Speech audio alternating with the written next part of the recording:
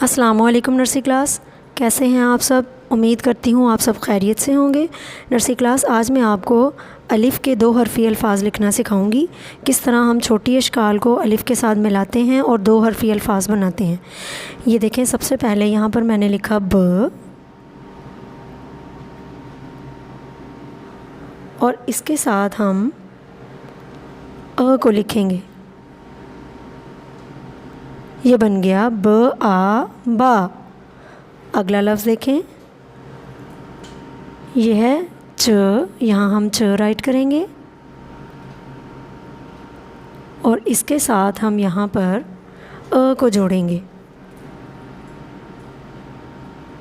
ये बन गया च आ चा। अगला लफ्ज़ है बच्चों स।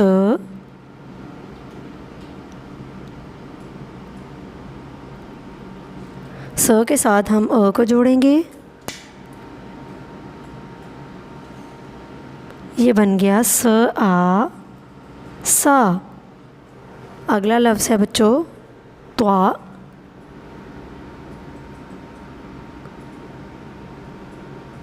त्वा के साथ हम अ को जोड़ेंगे और ये बनेगा त्वा आ त्वा।